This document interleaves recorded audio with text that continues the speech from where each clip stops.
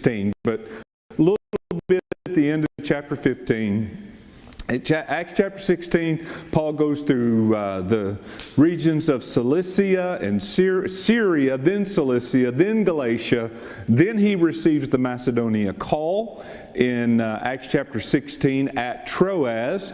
It is from there that he goes over to, let's say, Philippi. And at Philippi, the church is established there through Lydia, the Philippian jailers, through Macedonia, and places like Apollonia and Amphipolis. But the next time that we know about him ministering, Acts chapter 17, he is in Thessalonica. And so he spends about a month there and ministers there. Church is established. He leaves Timothy and Silas in that area. Berea is a part of that area, and they're ministering there while Paul goes on south, and in the end part, or toward the end, middle to the end of Acts chapter 17, it's in Athens, the city of Greece, the capital of Greece. We went there last week and we looked at all of that, his preaching at the Areopagus, Mars Hill, the great sermon to the unknown God, and we talked about all of that. When he finishes there, they kind of laughed him off the stage, if you remember, because he spoke of the resurrection. And they were like, we could go with you. We could add your God to our list of gods, but when you start talking about the resurrection, you've gone too far. And so Paul leaves Athens. He goes approximately 30 miles west to the city of Corinth. Now, Corinth is one of the places where Paul has a very lengthy ministry. 18 months Paul stayed in Corinth during his second missionary journey. The only place that we know about that he spent more time was when he spent 3 years in Ephesus, but that's not until his third missionary journey. So tonight, second missionary journey, we pick up when Paul leaves Athens and makes his way to Corinth. Acts chapter 18. Pick up our reading, and it begins. Paul departed from Athens and went to Corinth. And he found a certain Jew named Aquila, born in Pontus, who had recently come from Italy with his wife, Priscilla. Aquila and Priscilla. Wonder if they named their child Dilla or Ophila. I don't know. But Aquila and Priscilla, and these two became, I think they were believers when Paul met them in Corinth. Can't make this case. Possible that they were members of the Roman church. Can't make that case. It's possible though. And I think that is one reason that Paul acquainted himself with the Aquila and Priscilla, and of course also because they were of the same trade. Let's continue to read. So, they had just recently come from Italy because the Caesar, Claudius, had commanded that all Jews depart from Rome. And Paul, he came to them. And so because he was of the same trade, he stayed with them and worked. For by occupation they were tent makers. And he reasoned in the synagogue every Sabbath and persuaded both Jews and Greeks. While Silas and Timothy had come from Macedonia. So that reminds us, Paul had left Silas and Timothy up in the area of Thessalonica, Berea. Now Silas and Timothy have come down from Macedonia. Paul was compelled by the Spirit and testified to the Jews that Jesus is the Christ. Something that Silas and Timothy told Paul really excited him, encouraged him, strengthened him. I'll talk a little bit about that later. But when they opposed him and blasphemed, well, he shook his garment and said to them, "Your blood be upon your own heads. I am clean. From now on, I will go to the Gentiles." So Paul's modus operandi was to the Jews first and also to the Greeks. So Paul tried with the Jews in Corinth. They didn't believe. He said, shake the dust off my feet or shake it off of my garments, and now I go to the Gentiles.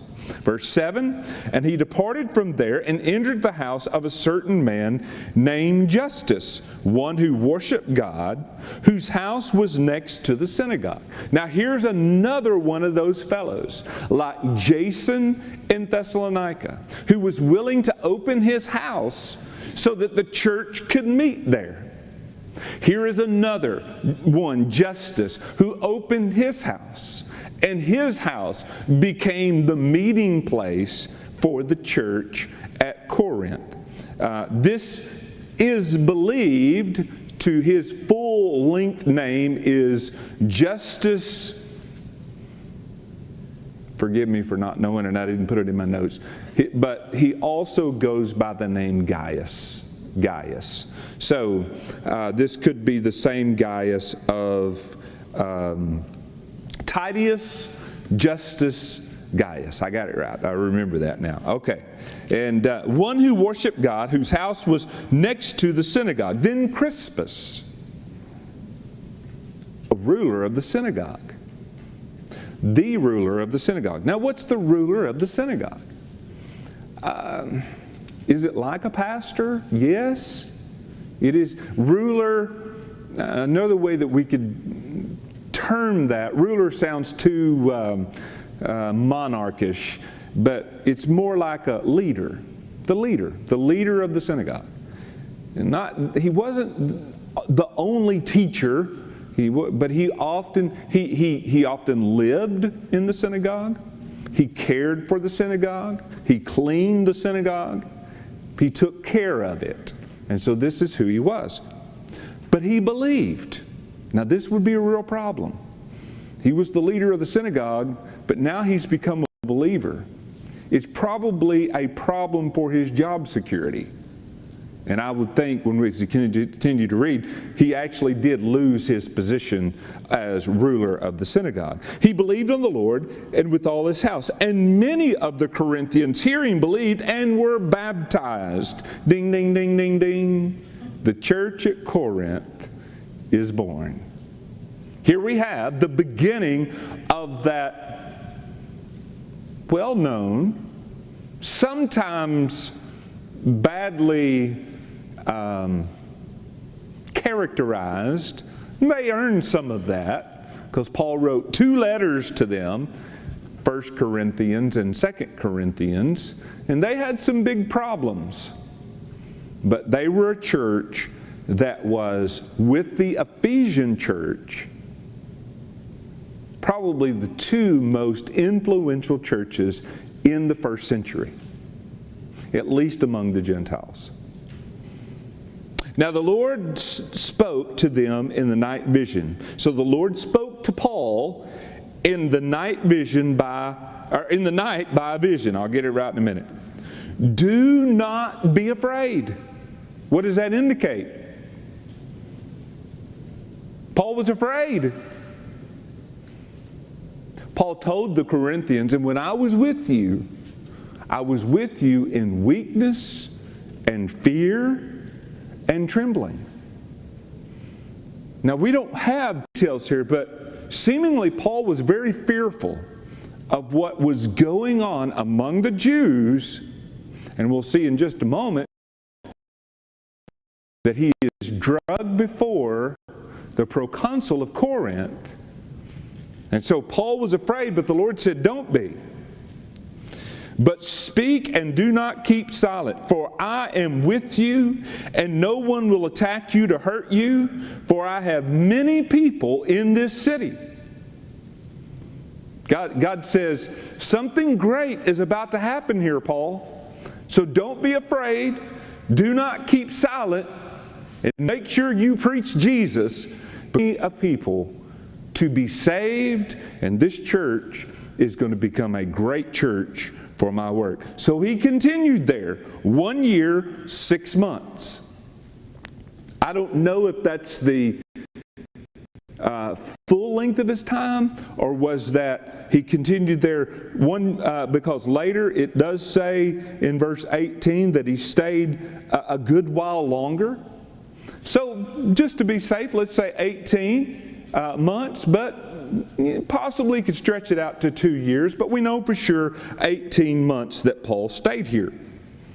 When Gallio, the proconsul of Achaia, when Gallio was proconsul of Achaia, I'll get that right, the Jews with one accord rose up against Paul and brought him to the judgment seat, the Bema seat.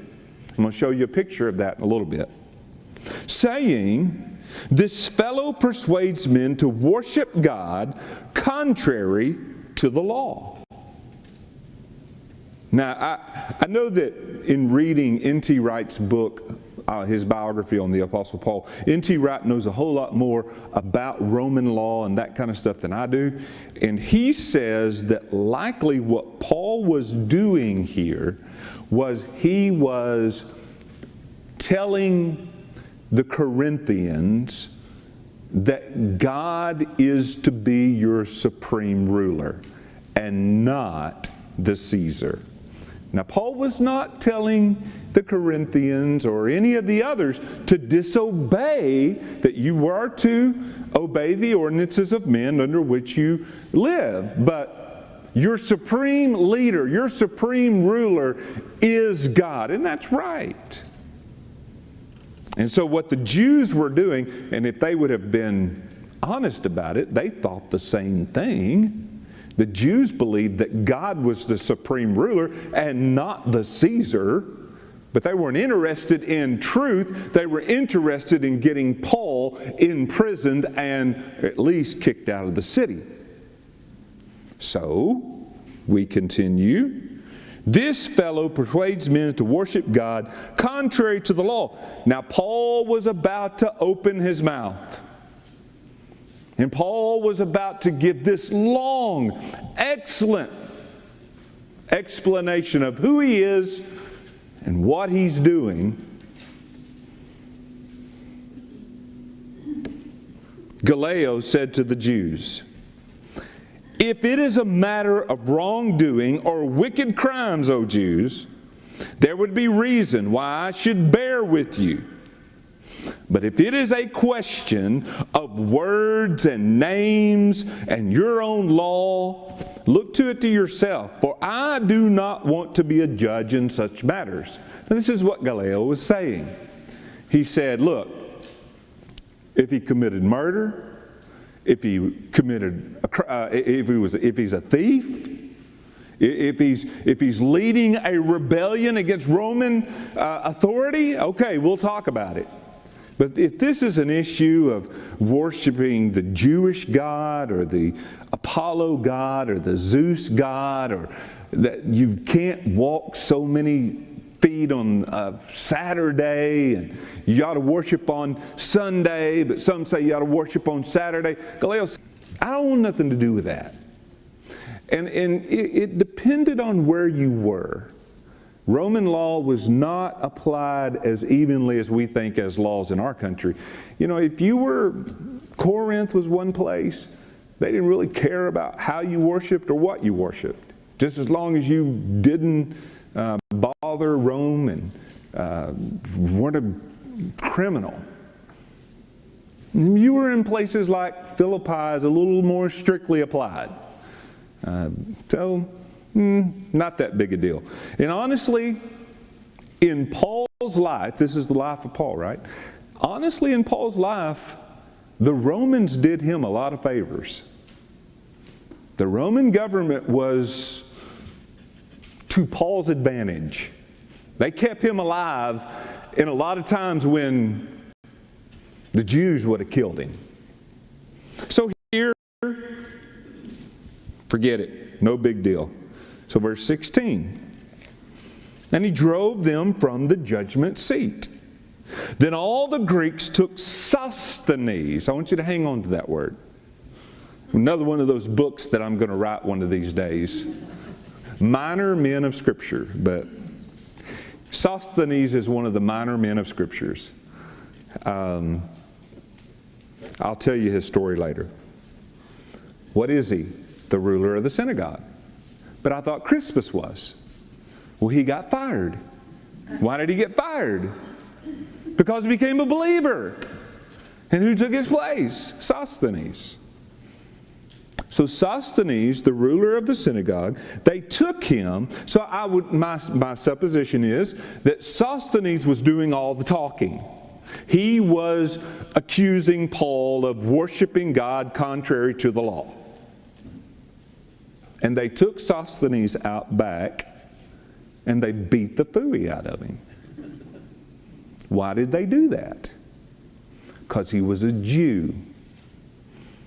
And Gentiles, Greeks, Corinthians, hated Jews. And they probably had an immigration problem in Corinth. People like Aquila and Priscilla had come there seeking refuge from being kicked out of Rome. So there was a bunch of dirty dog Jews polluting our city. And here's an opportunity for us to take out some irritation. And they beat Sosthenes. They beat him before the judgment seat. But Gallio took no notice of these things. This was illegal. But Gallio said, I have a golf game this afternoon, and I'm not going to mess with that right now. So Paul still remained a good while. How long was that? 6 months? I don't know. The Bible says 18 months, but it does say he stayed a good while. And then he took his leave of the brethren. He sailed to Syria, for Syria, and that's the coast where the promised land is. That's the coast of, he would hit Syria, then he would go by land south to places like Caesarea Philippi, and then to Jerusalem. And he does go to Jerusalem a little bit later. Now, he did go by way of Ephesus. That's verse 19. But I think I need to stop here and actually use some of these slides I made. How about that? All right, so let's just start here at slide number 30. Paul met Aquila and Priscilla in Corinth. He worked with them. They made tents. I've talked to you about that before. But when we say he made tents, I know what we all think of. We think about those camping tents.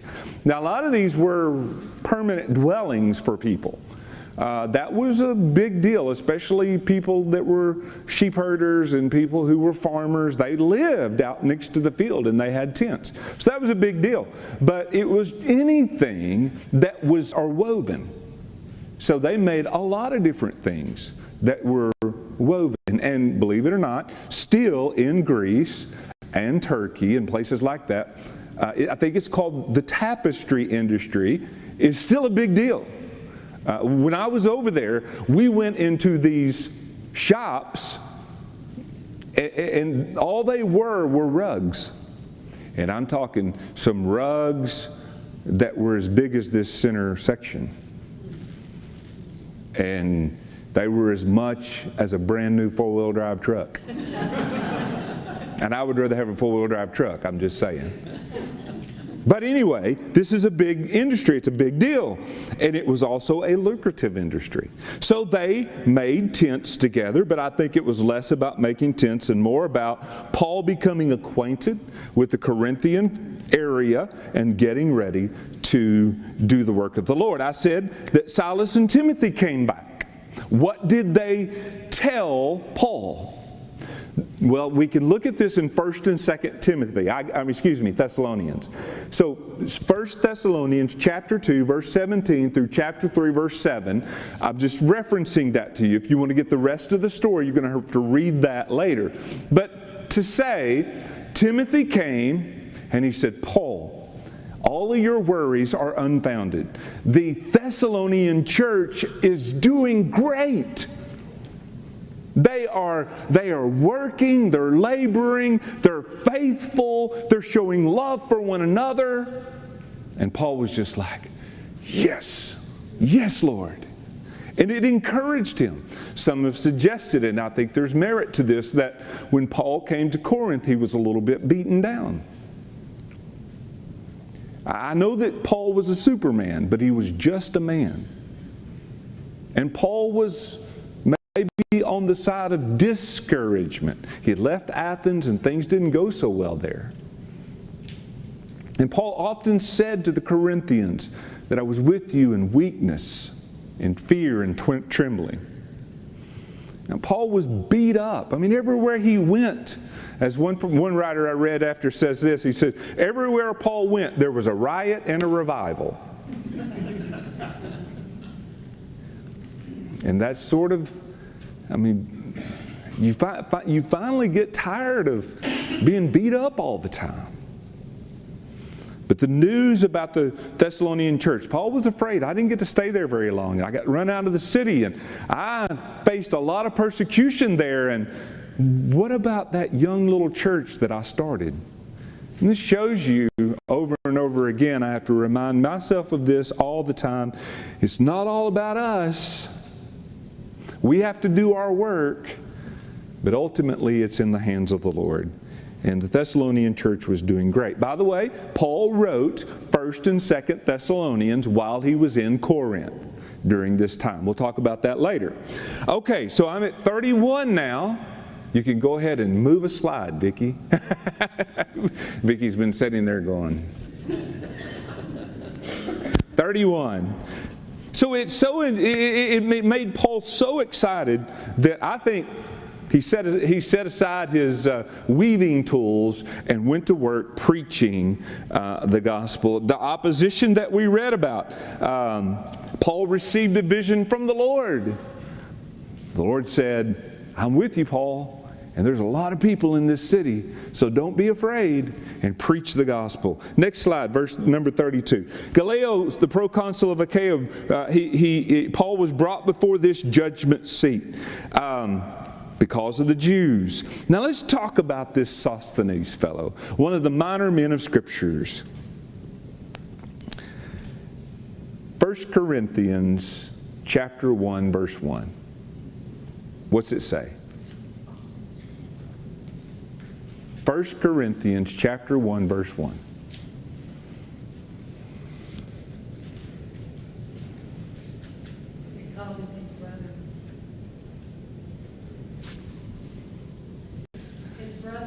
Who is? Sosthenes. Paul, I may not quote it exactly, Paul, an apostle of Jesus Christ, and Sosthenes, our brother. Did I get it close? Yep. Who? Sosthenes, our brother? But I thought he was a ruler of the synagogue. That's one of those stories I sure want to hear. Now Crispus, also ruler of the synagogue, became a believer. Sosthenes, his replacement, became a believer. You know, I like to make up stories, forgive me, and you can just throw this in the trash later. But I want to think that after Sosthenes took the beating of his life, and all of those Jews that were his friends from the synagogue went back to the synagogue or ran away,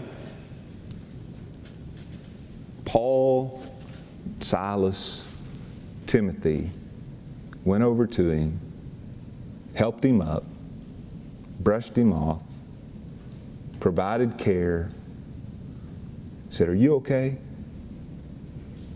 Now, I made up that story. You can throw it all away. But I think it's within the character of what Paul and that church would have done and what our church should do. Through the care of that church, became a believer in Jesus Christ. So much so that when Paul wrote 1 Corinthians 1 verse, as Trump says, 1 Corinthians, Sosthenes is named in the address. That's an amazing story, is it not? I wish I knew all of the details. All right. Slide number 33. Sosthenes and Crispus, both rulers of the synagogue, were saved. And so we see that the Corinthian church became one of the two most influential churches in the first century, along with the Ephesian church. Later, the Corinthian church was struck with division, requiring Paul to write both 1st and 2nd Corinthians to address these issues. But I never say that the Corinthian church was some second-rate church. Now, I will admit to you that I have taught the book of 1st and 2nd Corinthians for somewhere in getting close to 20 years, and I love them. I still get excited every time I get to teach about them. And the Corinthian church was not some second-rate church. It was a church that Paul loved dearly. And if we look at the letter of 1 Corinthians and we see some of the supercharged rebuke that Paul gave, it is not that that church was less upon Paul's heart, but more upon his heart. In 2 Corinthians, he said something like this. I may not quote it exactly. He says, "Do I not love you? God knows." Paul loved this Corinthian church, and that's why he worked so hard for them. Slide number 34. He leaves Corinth, and he goes back to Antioch, that is the region of Syria. That's verse 18 that we finished reading. I say a little bit, slides 35 and 36, about Aquila and Priscilla. Every time you do a life study of the Apostle Paul, let's not forget the characters that are within the life of Paul. Aquila and Priscilla. They were great, they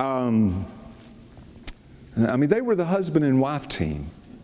I don't know if y'all have seen the movie that recently was put out, 2 or 3 years ago. It's called Paul the Apostle, I think. But I really like, I take movies just kind of like books. That may be true or may not be true. Gives me things to think about. But one thing that I really like is the characterization of Aquila and Priscilla in this movie.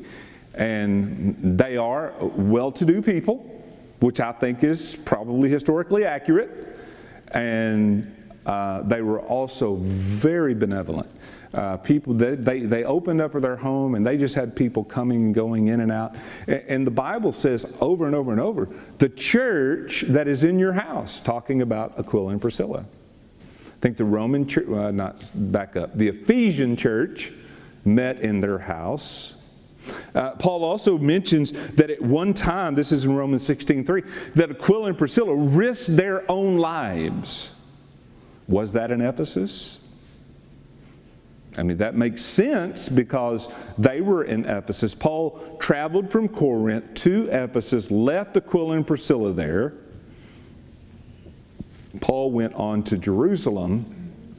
When he came back, Aquila and Priscilla were still there, and he continued his work there. That's on the 3rd missionary journey. We'll have to pick that up next week.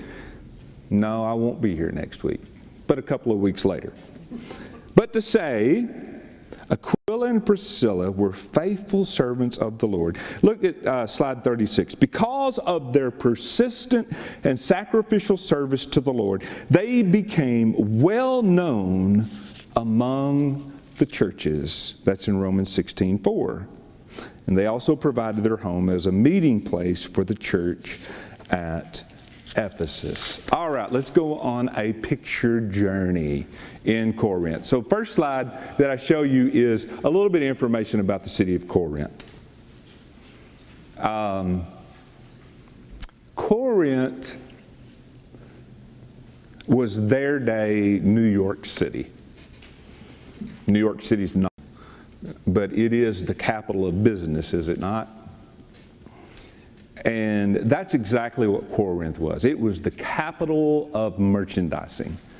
One of the largest agoras, marketplaces of the ancient cities.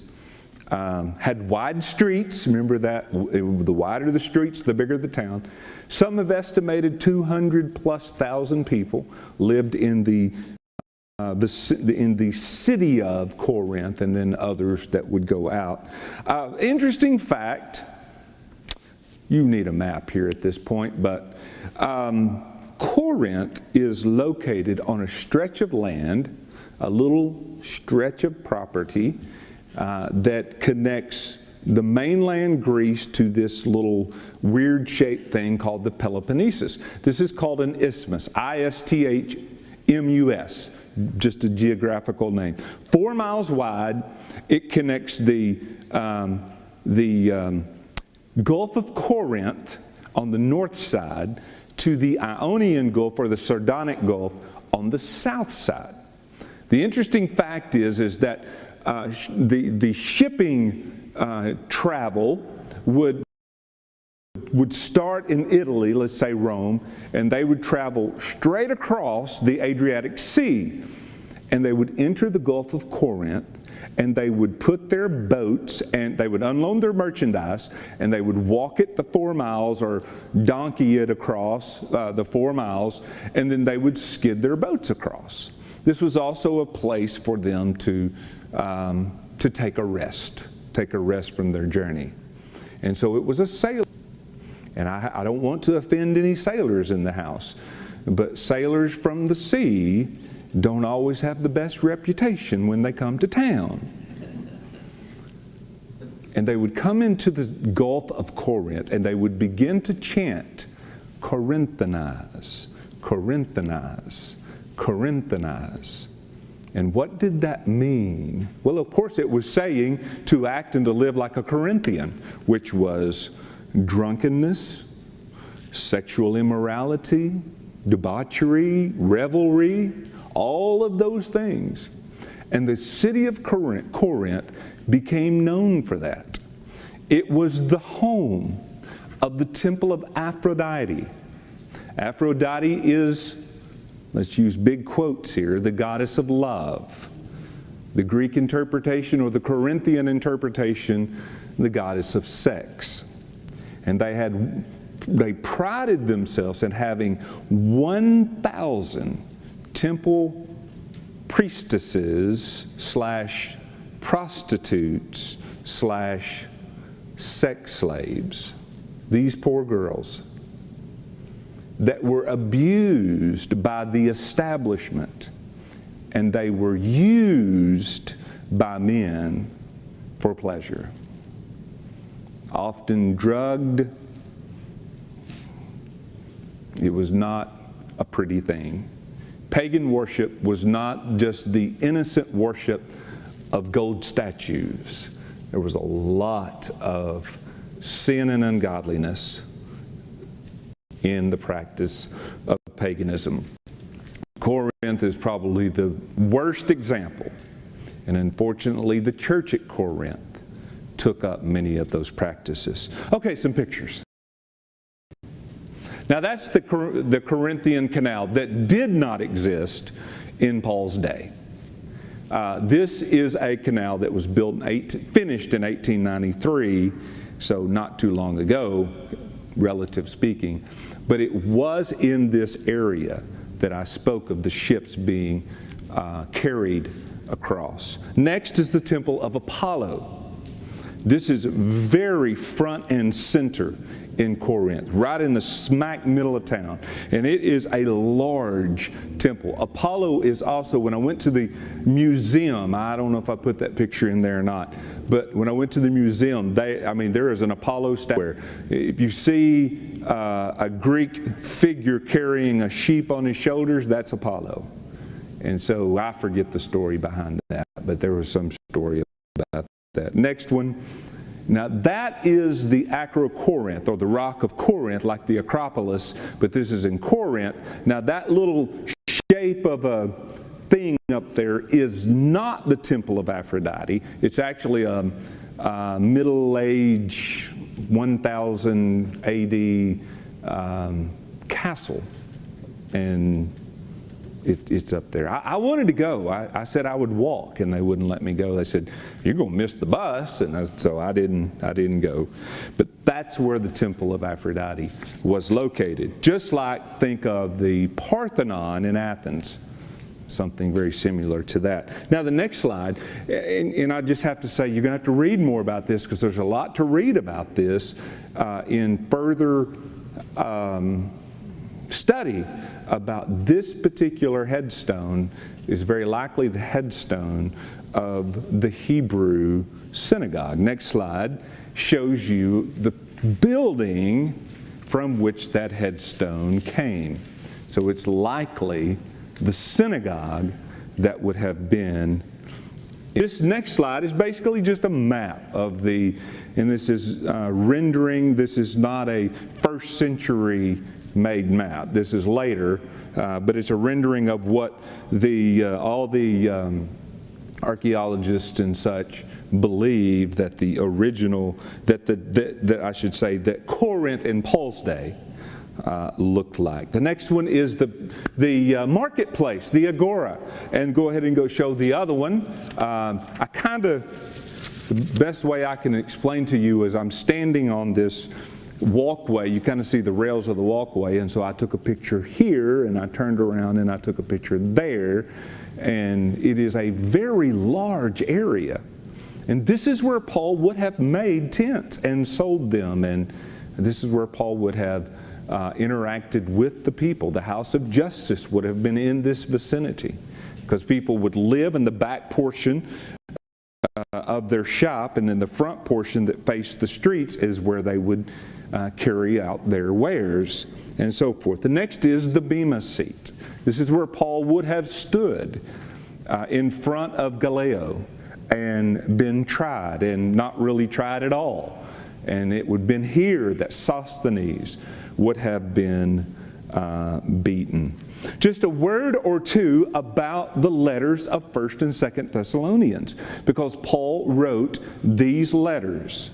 So I think, some people don't agree, and that's fine, I think Paul wrote Galatians while he was, right after he went to Jerusalem for the Jerusalem Council. So somewhere at the end of Acts chapter 15, Paul wrote Galatians. And then somewhere in the midst of Acts chapter 18, verses 1 through 18, Paul wrote 1st and 2nd Thessalonians. He had a year and a half to do it, so he had time.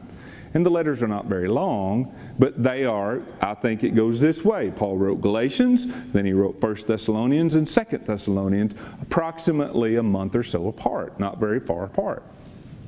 I think what happened is Paul wrote this first letter, which is very much a letter about, go 2 slides for me, very much a letter about a good church. He said, chapters 1 and 2, you're a great church. Chapter 2 is really much a whole lot about how I was with you and how I helped you. He said, like a mother nurses her child, like a father cares for his children, is how I interacted with you. And Paul this was really just a whole lot of, man, I'm glad you're okay, and I'm glad you're doing well. And then at the end, chapters 4 and 5, there are things Paul didn't get a chance to teach them. Now, I would say that 1st and 2nd Thessalonians has more to say about the second coming of Jesus Christ than any of the other Paul letters. John Owen used to tell us, if you want to know about the end times, you got to read Matthew chapter 24 and 25, then you got to read 1st and 2nd Thessalonians, and then you read Revelation. So that's kind of what I did. And so we have the chapter 4 and chapter 5 of 1 Thessalonians, which really is all about the second coming of Christ. And then chapter 2 of 2 Thessalonians is all about the second coming of Christ. And so 2 Thessalonians deals more with some problems. So here's what I think is Timothy walked this 1 Thessalonian letter up to the Thessalonian church, and he read it, and he explained it, and he taught it, and he left a copy with them, and he got to noticing that there's a problem here. There's some people in this church that think that the coming of Christ has already happened. And so he walks back to Paul and he says, we've got a problem. And I don't know how we ought to deal with this. And he explained it to Paul, and Paul said, I know how to deal with it. Picked up his pen, he wrote 2 Thessalonians. And he also told him at the end, if you've got people that are not working and they are living off of the good graces of the church, you need to get rid of them. There were some people, I think, that quit their jobs and just sat down and said, we're going to wait for the coming of the Lord. And Paul says, if you don't work, you don't eat. So these are 1 and 2 Thessalonians. Finish this up, and we're about done. So just breezing our way through Acts chapter 18 through 23. Now Paul left Corinth, and there's your little map. He went by way of Ephesus. He stayed that long, very short he stayed. And he said, now I've got things I got to do. I've got to go down to Jerusalem for the probably Pentecost. What does that say?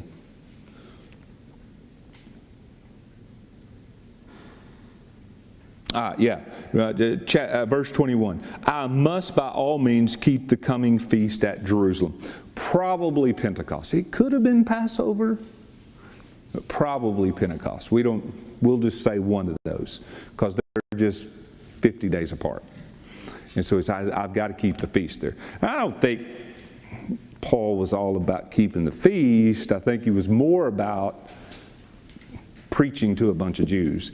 The unfortunate part of this is we don't know what he did when he got there. Because at the end, it says... Verse 22, and when he landed at Caesarea, that would be Caesarea Philippi, that's on the very close to, and gone up to greet the church, that would be the Jerusalem church. He went down to Antioch. Verse 23, he spent some time there, and in the middle of verse 23, he starts his third missionary journey. So all we really know is Paul went to Jerusalem. He said, I got to keep the feast there. He went to see the church. He stayed for a little while there. He went down to Antioch, which is really north, back to his home church. I think he gave a report there. And then he started his third journey. He didn't stay very long. I don't know if it was months, weeks, days, I don't know, but it just wasn't very long. Now, in verse 18, Paul shaves his head. It wasn't a locks of love thing or anything like that. Why did he do that? Why did Paul feel compelled to take a vow, Nazirite vow? It's 51. Yeah, you're there. You're good. Thank you. Nazirite vow. Now in the Numbers chapter 6 tells you about this. People could take a vow, and Nazirite just simply is a Hebrew word that means separated. That's all it means, separated. So it was a vow of separation. You let your hair grow. And when you completed that vow, you shaved your head, you took that hair, you went to the temple, and you sacrificed, made a sacrifice, and you put the hair with it.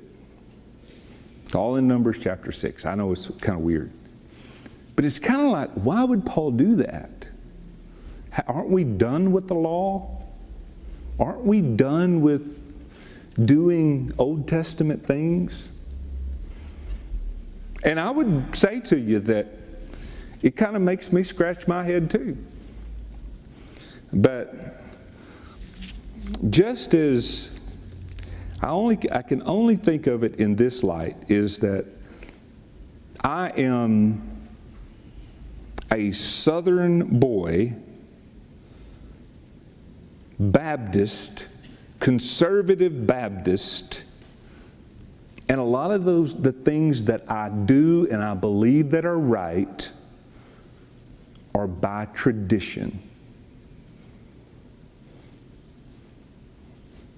Sweet tea. Barbecue and fried catfish, which is not Jewish at all. I think Paul took some kind of vow, dedication vow, separation. Maybe he did this at the latter part of his time in Corinth. Maybe it was a way of convincing himself that he was committed to the Lord. Maybe it was a, Lord, I want to be so solely dedicated and committed to you that when I go to Jerusalem, that there's going to be great things that are going to happen among my Jewish brethren. One thing that we can never forget is that Paul never got over his desire to see his Jewish brethren saved. Now, why he took this vow and all, I don't know. I do not know. But one thing that I do know is as much as we forget this, Paul was a Jew.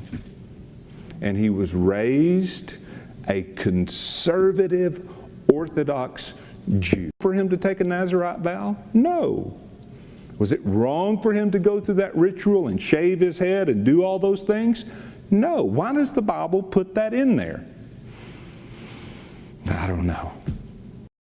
The only thing I can say is that Luke wanted to convince some of his Jewish readers that Paul was not anti-Jewish. That's all I can do with that. And so ends the second missionary journey. Let's read the last slide here. Churches like Philippi, Thessalonica, Berea, Corinth, or churches in these cities, there were possibly others, were established during this second missionary journey. We read over that stuff and we don't really appreciate it unless you walk where Paul had walked. And I didn't really walk buses where he walked. But what an amazing accomplishment God did through an old Jewish man named Paul. Many people were saved and baptized, and many of these people became workers with Paul in future journeys, like Aquila and Priscilla, Jason of Thessalonica, Sopater of Berea, Archippus and Secundus, however you say that, of Thessalonica. All of those mentioned from those places. Amazing to me. Thank y'all for your time and attention. We will continue this journey next time. To make, and I will say goodbye to our online audience, but to all of us, sign up for adult Vacation Bible School shirts on the bulletin board. The deadline is June the 27th. This is just for our adults.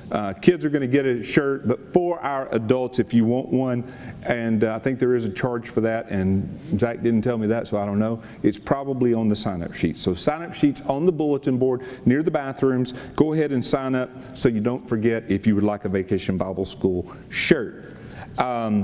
Next week, Lord willing, I will be traveling to the ABA, going to Charleston, West Virginia. My plans at this point are to leave Sunday afternoon, and then I plan to be back sometime late Friday night. So I know the Owens are traveling as well, so you keep them in your prayers. I think y'all are leaving Sunday as well? Or y'all leaving Sunday morning? Okay, y'all are leaving bright and early. Okay. All right, so keep them in your mind as they travel. And remember our ABA meeting. One big thing that's happening this year is we are electing a new editor-in-chief. And you say, who's that and what's that? He is we might call him the chief executive officer of the literature publication. Well, we do have a business manager who takes care of all the business money side of that. The editor is the chief proofreader, I think. But he manages all the writers, all the printing press, and all of those. It's a big job. And so there is a man that is interested in the job. I sit on the Baptist Sunday School Committee. I wish I could tell you his name, but I've been asked not to state his name until the meeting. Once we get to the meeting, he's asking for his name not to be, it may already be out there. Y'all may know who I'm talking about, but I'm just saying I was told to wait. And I don't know of anybody else. I know of one man that will likely be nominated for the position. So, big deal, and pray about that. Pray that it is the right decision. Our literature operation is very, very important to our church and many churches. Thursday, Senior Adult Game Day is 2 to 4 p.m. in the Fellowship Hall. That's tomorrow, 2 to 4 p.m. in the Fellowship Hall. You see the volunteers needed that we have, nursery volunteers, door greeters. We had our first Wednesday night meal tonight. It was very enjoyable, some good fellowship. I think we plan to do the same thing next Wednesday night, so there'll be another sign up. And we need people who would volunteer to help set up and serve and clean up and all that. If you can do that, please help out. I want this to really get started in our church, and a great time of midweek fellowship for us. All right, any other announcements? If none, then I say goodbye to our online audience. God